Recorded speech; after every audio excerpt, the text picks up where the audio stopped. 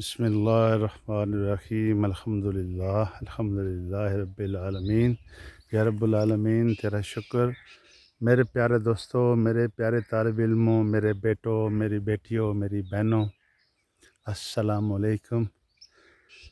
उम्मीद है आप सब बख़ैर वफ़ीयत होंगे और अपने ज़िंदगी को एंजॉय कर रहे होंगे और मेरी ग्रामर को भी एंजॉय करते होंगे।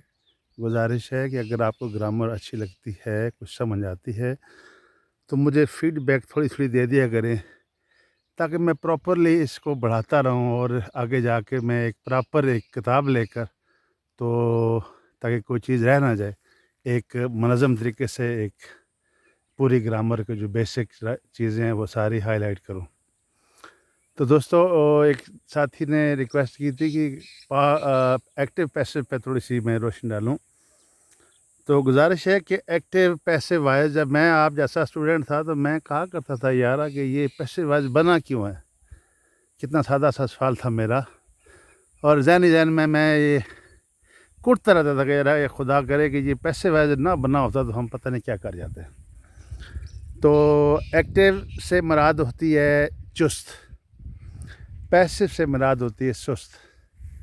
एक्टिव वॉइस चुस्त आवाज़ से मुराद ये है कि इसमें जो सब्जेक्ट है वो काम करने वाला होता है, सब्जेक्ट काम कर रहा होता है।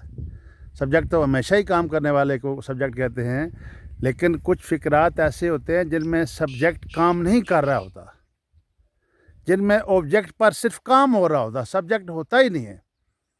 जिन सेंटेंसेस में सब्जेक्ट नहीं होता है वो पैसिव वॉइस के होते हैं। मिसाल के तौर पर हमें अंग्रेज़ी पढ़ाई जाती है, तो पढ़ाने वाला कौन है? नहीं है। Subject is not available in this sentence, so this is in passive voice.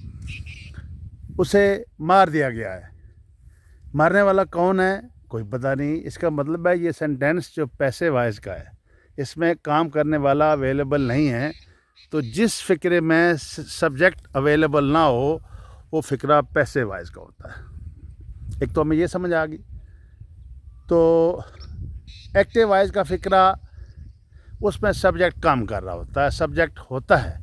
Passive voice में ऑब्जेक्ट पर काम हो रहा होता है, मफ़ूल पे काम हो रहा होता है, और एक्टिव वॉइस में सब्जेक्ट काम कर रहा होता है। इसका मतलब है सब्जेक्ट की दो हालतें हैं, सब्जेक्टिव केस और ऑब्जेक्टिव केस, फ़ाइली हालत और मफ़ूली हालत। बीच में एक इज़ाफ़ी हालत भी है जिसको हम पॉजेसिव केस कहते हैं। तो सबसे पहले आपको सब्जेक्ट, वर्ब और ऑब्जेक्ट का जानना ज़रूरी है। सब्जेक्ट कहते हैं काम करने वाले को, और काम कोई जानदार चीज़ ही कर सकती है। मसलन मैं फ़िक्रा बोलता हूँ तो चूहा बिल्ली को खाता है, तो आप देखें काम कौन कर रहा है। वैसे आपसे मैं अगर कहूँ तो आप फौरी कहेंगे बिल्ली सब्जेक्ट है, लेकिन यहाँ पर देखें कि काम कौन कर रहा है। बिल्ली काम कर रही है, चूहा काम कर रहा है। चूहा बिल्ली को खाता है तो चूहा सब्जेक्ट है, चूहा काम कर रहा है। बिल्ली ऑब्जेक्ट है, बिल्ली पर काम हो रहा है। जब बिल्ली चूहे को खाएगी तो बिल्ली सब्जेक्ट बन जाएगी और चूहा ऑब्जेक्ट बन जाएगा। आपने देखना ये है कि who is doing, who is performing, the person और the thing who is doing something, that is subject. और जिस चीज़ पर काम हो रहा है वो ऑब्जेक्ट है, उसको मफूल कहते हैं। अब रहा सवाल कि एक्टिव से पैसिव कैसे बनाना है। तो एक्टिव से पैसिव बनाने के लिए दो चीज़ों को ध्यान में रखें कि एक तो वर्ब का ट्रांजिटिव होना ज़रूरी है, क्योंकि इन ट्रांजिटिव वर्ब का पैसिव वॉइस नहीं बनता है। अब आप कैसे पहचानेंगे कि कौन सा वर्ब ट्रांजिटिव है और कौन सा इंट्रांजिटिव है? सिंपली ये कहें, a verb which requires an object to explain its meaning. अगर किसी वर्ब को अपने मानी बयान करने के लिए, मफ़हूम बयान करने के लिए ऑब्जेक्ट की ज़रूरत पड़ती है, तो वो फ़िक्रा, वो वर्ब जो है वो आपका ट्रांजिटिव है। और अगर आपका वर्ब अपना मफ़हूम पूरा खुद ही बयान कर देता है बगैर ऑब्जेक्ट के, तो वो वर्ब जो है वो आपका इंट्रांजिटिव है। मिसाल के तौर पर वो लिखता है। अब आपके ज़हन में ये ख्वाहिश पैदा होगी कि आपको पता चल जाए वो क्या लिखता है।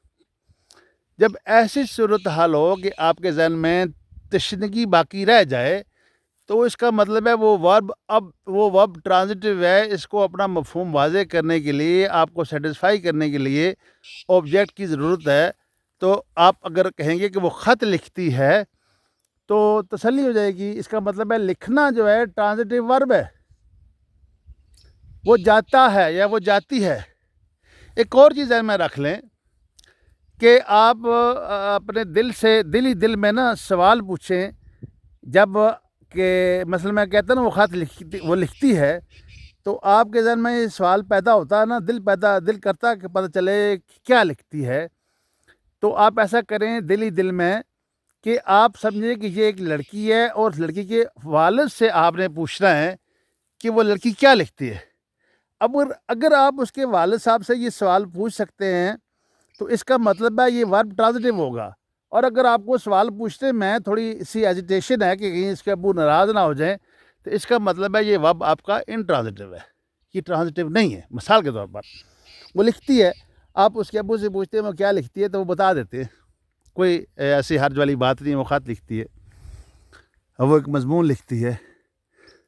तो इसका मतलब है लिखना ट्रांजिटिव है, वो जाती है। आप किसी के मुझसे पूछते हैं ना वो कहाँ जाती है, तो वो सवाल ये पूछते हुए आपको एजिटेशन होगी। इसका मतलब है जाना इनट्रांजिटिव है। ठीक है जी, जाना इनट्रांजिटिव है। अगर हम कहें शी गोज़ टू स्कूल और school is gone by her passivise, तो ये गलत है। गो का पैसिवाइज नहीं बनेगा। क्यों? कि go is a verb that is intransitive, and we know very well that intransitive verbs are not translated into passive voice. वो खेलती है, आप उससे पूछते हैं वो क्या खेलती है, तो आपको अबू बता देते हैं जी वो हॉकी खेलती है। इसका मतलब है खेलना ट्रांजिटिव वर्ब है, खेलना ट्रांजिटिव वर्ब है। अगर आप उससे पूछते हैं जी को वो पीती है, क्या पीती है, तो कहते हैं पानी पीती है, तो इसमें कोई हर्ज नहीं है, बताएंगे। तो पीना भी इसका मतलब है ट्रांजिटिव वर्ब है। ऐसा वर्ब जिसके बारे में आप अगर उसके फादर से पूछते हैं तो आपको कोई प्रॉब्लम होता है, तो उसका मतलब है वो वर्ब इनट्रांजिटिव है। मतलब वो सोती है, सोना, वो कहाँ सोती है आप नहीं पूछ सकते। इसका मतलब है सोना इनट्रांजिटिव वर्ब है। She sleeps late at night. अब इसका पैसिवाइज नहीं बनेगा, तो क्या साबित हुआ कि the verbs which are intransitive और नॉट कन्वर्टेड इनटू पैसिवाइज। और आपने पैसिवाइज को बनाना कैसे है कि सिंपल ये याद रखें कि पैसिवाइज में हमेशा वर्ब की तीसरी फॉर्म होती है।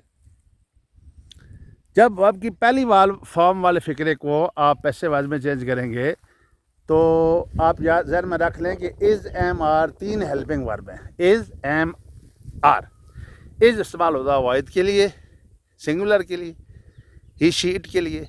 आर इस्तेमाल होता है आई वी यू दे के लिए, जमा के लिए। और एम इस्तेमाल होता है आई के लिए। इज़ एम आर के बाद जब तीसरी फॉर्म होती है तो remember this is not active voice, this is passive voice. और किसका पैसिव वॉइस है? पहली फॉर्म का पैसिव वॉइस है, तो उसका मतलब है प्रेजेंट इंडेफिनिट का पैसिव वॉइस है।